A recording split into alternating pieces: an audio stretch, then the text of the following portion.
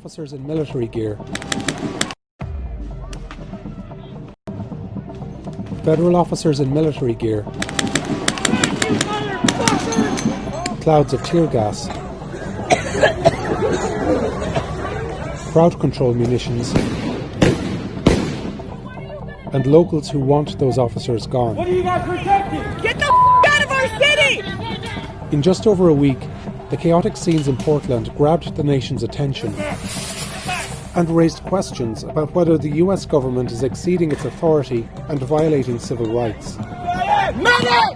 The officers came because of an executive order signed by President Trump in late June to protect federal property from destruction. If we didn't take a stand in Portland, we've arrested many of these leaders. If we didn't take that stand, right now you would have a problem like, they were going to lose Portland. So what's going on here, and what methods are the officers using to protect federal sites?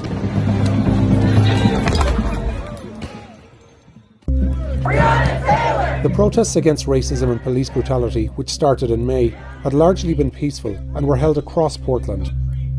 But after federal officers arrived in the city on July 4th, demonstrations became centred around this US District Courthouse and this building housing federal agencies. Both are property of the US government.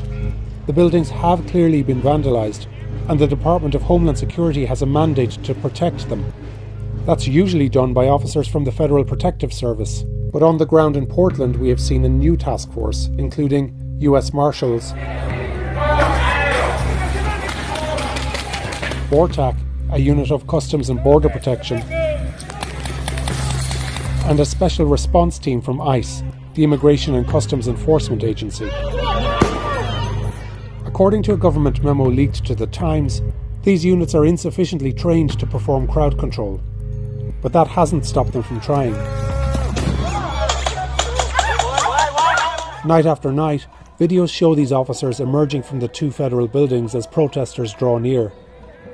Hundreds of videos reviewed by The Times show that, although protesters were antagonistic, officers often responded with disproportionate force. And this guy, wow! They blanketed streets with tear gas. Are you okay? They struck protesters with batons and used flashbangs, pepper balls, and other less lethal munitions to clear the streets. Their actions often appeared to escalate rather than de-escalate matters, and in some instances they attacked when there was no apparent threat. On July 11th, protester Donovan Labella was at the federal courthouse when an officer appears to have fired at his Hold on, this is where it gets TOS, head sorry. in retaliation for tossing a spent tear gas canister. Labella's mother told local media he suffered skull fractures and needed surgery. They just show him, he got hit in the head. I never showed this, but we talked about this before. Yeah, he got a skull fracture. They directly shot him in the head, and there's like blood everywhere. Later that night, when field medics sought officers' help for a wounded protester, they were aggressively cleared away. Here, I'll show you this part. Hold on. After the blood's over. Later There's no more blood, right? that night, when field medics sought officers' help for a wounded protester, they were aggressively cleared away. Get up. On July 18th, a Navy veteran was batoned and pepper sprayed in another unprovoked attack. Bro, the PPP was doing this shit too. It wasn't largely peaceful before the feds. Oh yeah, for sure. This is the New York Times spin on it. It was more peaceful probably before the... I mean, it was more peaceful in the sense that like the Portland police definitely did this as well. We covered it when they were doing it, but never to this degree because there wasn't this much attention and people from like other parts of the state or other parts of the country weren't coming to Portland to continue protesting this way. But for the first 47 days, it never got to this level. It never heightened to this level of like nonstop aggression because these guys operate even in a somehow even worse way than the police, the local police department operates. His right hand was broken and he needs surgery. Sometimes members of the press were hit. He got shot in the back, obviously, and he's wearing press. This photographer, Matthew Lewis Rowland, told The Times that a volley of 10 projectiles were fired into his back. Ow! Ow! Ow! God, what the... This way, going on. In the middle of all this, protesters were detained in ways that alarmed civil rights advocates and former Homeland Security officials. Can your people identify themselves as law enforcement? On July 15th, several federal officers were filmed driving. Thank you, Aaron, for the $10. It says, take my money, you totally flipped me on ideals and thoughts about almost everything. Thank you. In unmarked vehicles in the blocks around the courthouse. How are we supposed to know who you are? How are we supposed to know you're not kidnapping us and you're civilians kidnapping us? One protester was detained at this location nearby. What are you doing? The federal officers wouldn't identify themselves, Use your words. but patches on the right and left sides of their uniforms match those used by members of BORTAC, the tactical unit from Customs and Border Protection. They drove the protester away in an unmarked car. DHS says federal officers have made 43 arrests since July 4th. Agents do have the authority to make arrests if they believe that a federal crime has been committed, like damaging federal property or attacking officers. Again, the way that legislation is written in this circumstance is to, of course, benefit the cops and give them a carte blanche approach. That's the part that no one recognizes. Now, even in that circumstance, these people are most likely in violation of local jurisdictions because this can still be considered an unlawful detention. Well, it's all of a sudden no longer unlawful because I thought that I suspected you of being a part of a group of people that were hitting an officer in the eye with a laser, right? With a high-powered laser, and that's assaulting a federal officer. You love your father, the devil. Even in that circumstance, you need to have probable cause. Like, you need to have at least some kind of evidence to be able to detain someone in this way. And it sucks that, given all the commotion and coronavirus and everything else that's compiling on top of this, that it's very, very hard to investigate every single instance personally, even ones that go viral like this. In recent days, the controversy mobilized a larger and more diverse crowd of protesters. A so-called Wall of Moms led marches through Portland's streets into the federal courthouse, where officers cleared them away. The federal presence has also inflamed tensions. Some demonstrators damaged paneling on the courthouse and tried to set them alight. Others threw water bottles and fired fireworks toward the building. On Wednesday, July 22nd, Portland's mayor joined the protests. Yes, they will weasel out of wrongdoing due to being close to the coast. Yes, it's called Constitution-free zones. Everywhere that is within 100 miles of any border and also the sea line in the United States is technically, especially when we talk about BORTAC, is in an area that is declared Constitution-free zone by the ACLU. What that means is we can do whatever they want and still say like, oh, well, technically I thought this was an undocumented immigrant and that's why I can fucking work in this area. Yeah. You're just being a chud? Wait, what? What do you... Not true. This is the violation that allows them... I mean, this is the legal reasoning for why you can have BORTAC units operate in fucking Portland. That's it. Like...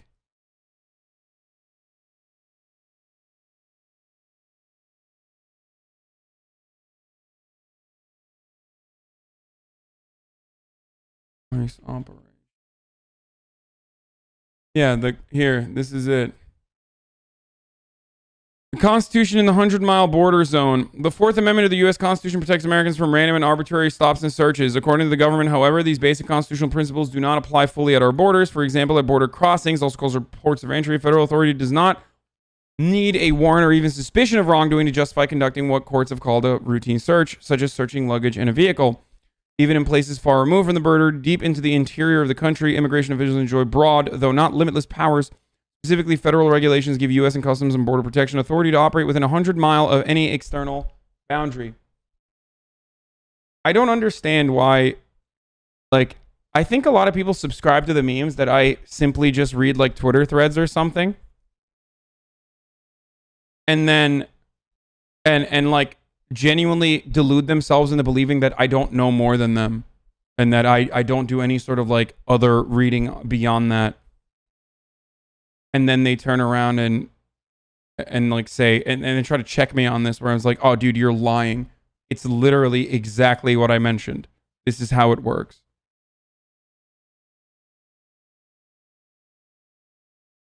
This encompasses, this might look funny to you. It might just look like a big drawn out line. But this is 200 million people live in just these constitution free zones. 200 million people. Given the way that of course, the way that the American population gathers. Out of 340 million people, 200 million people live in these constitution-free zones.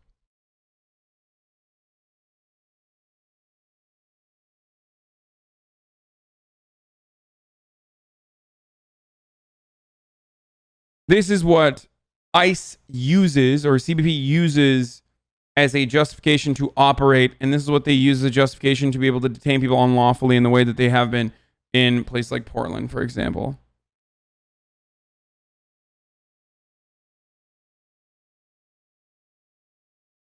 Some people want this to include international airports, which would make it near 100% of the population. Yeah.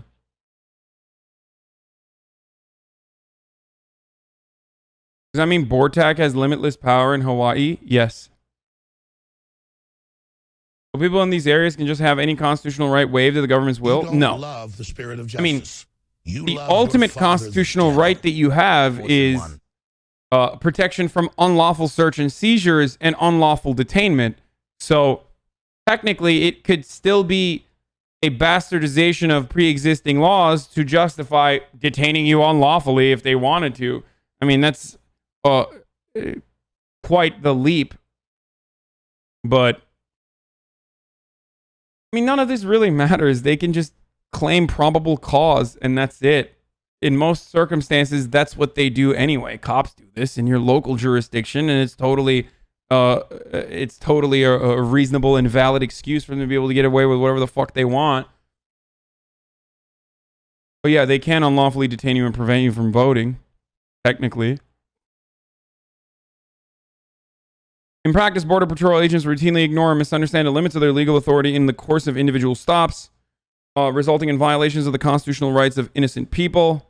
These problems are compounded by inadequate training for Border Patrol agents, lack of oversight by CBP and the U.S. Homeland Security. No matter what CBP officers and Border Patrol agents think, our Constitution applies throughout the United States, including within this 100-mile border zone. You loved your father, the devil. Yeah, see, roughly 2/3 of the United States population lives in this 100-mile zone that is within 100 miles of U.S. land or coastal border. That is 200 million people. You don't love the spirit of justice. You loved your father, the devil. 9 of the 10 largest U.S. metro areas determined by the 2010 census also fall within this zone, including New York City, Los Angeles, Chicago, Houston, Philadelphia, Phoenix, San Antonio, San Diego, and San Jose. Entire state of Florida as well is in the Constitution-free zone. Anyway, do you guys have any further questions on this, or the morons who were like, "You're wrong"? Did they leave already? They probably did. They probably were like, "You're wrong," and then immediately left so that they would not actually learn anything. That's my favorite type of chatter, who's like, "Yeah, you're wrong and stupid," and then they walk away from the camera, or they walk away from the screen to just like make sure that they just don't learn anything. I never want to learn anything. And was caught in a cloud of tear gas. This is a egregious overreaction. on the part of the federal officers. This is not a de-escalation strategy. This is flat out urban warfare. At around the same time, a Customs and Border Protection plane was spotted circling overhead. CBP officials... That's another insane, gross way that the CBP can violate your rights, violate your supposedly constitutionally protected rights, of course, where they're just engaging in surveillance. And they can just say, oh, well, we're looking for immigrants, technically. I mean, they could do this all the time, too. They're utilizing drones to find protesters. Like, that's insanity. That's fucking insanity. No American should stand for this. Doesn't matter what your beliefs are. Doesn't matter if you are a Republican. Doesn't matter if you're a Democrat, liberal. This is complete insanity. Because, yes, in the past, has the American police force operated like an occupying force in specifically brown and black neighborhoods? Of course. I understand that.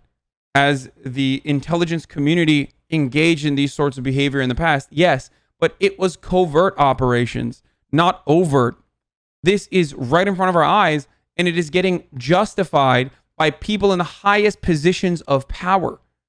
That is a remarkable escalation and almost completely unprecedented in the history of Western developed nations, with exceptions such as rise of fascism.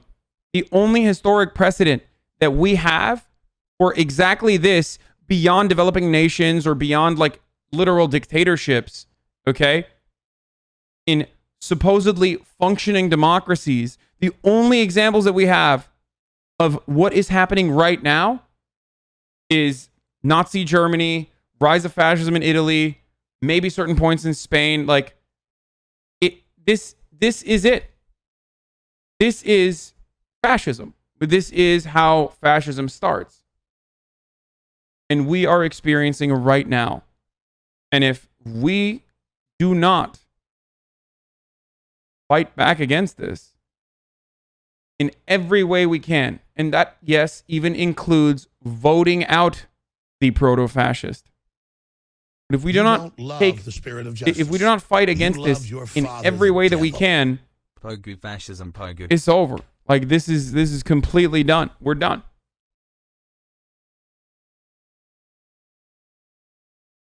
It's also terrifying to consider. It's also terrifying to consider because I don't even know what's going to happen with voting come November. Because Trump, while I have always said, like, oh, come on, you guys are being crazy. Trump is a regular Republican. Trump is a regular Republican. Trump is a regular Republican with, like, differences, aesthetic differences. He just goes mask off, and that has a unique damage to the American politics, like American political discourse, but, like, he's a regular Republican in his policy. This is not like a regular Republican move.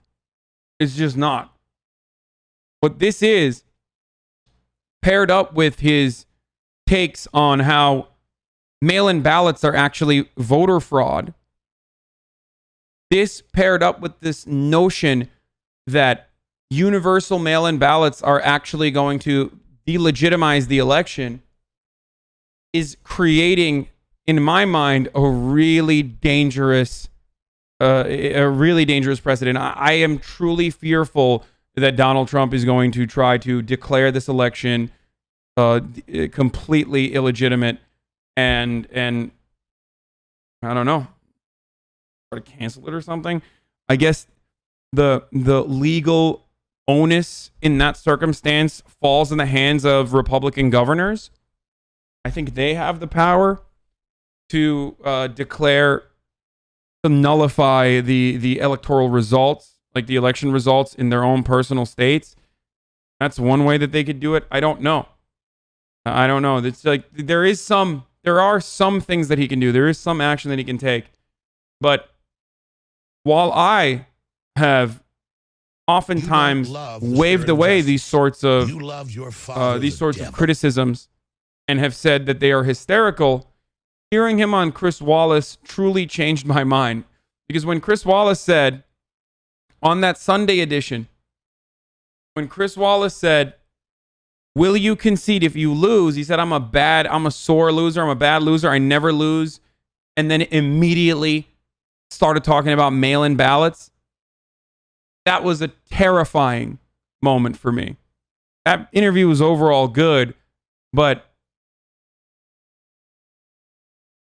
that was really just, that was a terrifying sign for someone like myself. You don't love the spirit of justice. Told the Times it was sending a live video feed of the crowd to law enforcement on the ground. Protesters and local officials say this is all a case of federal overreach. Oregon's Attorney General has sued the federal government to stop arresting people. The president has doubled down, promising to send more federal officers to cities governed by his political rivals. Because we're not going to let New York and Chicago and Philadelphia, Detroit and Baltimore and all of these, Oakland is a mess. We're not going to let this happen in our country. All run by liberal Democrats. The result could look like a national police force acting under...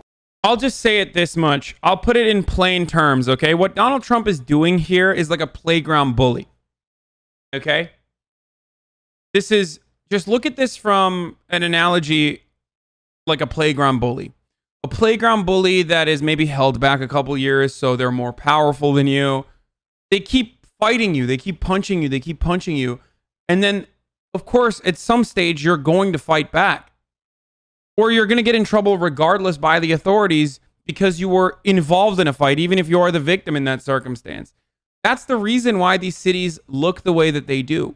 The reason why these cities look like they're in such dire conflict all the time is because you're escalating the force on the civilian population there.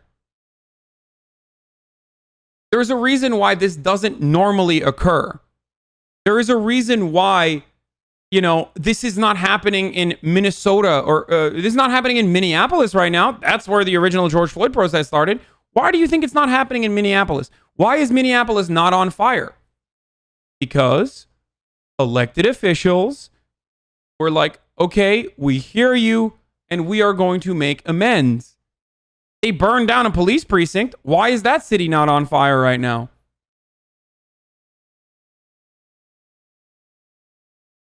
Because that's how this works.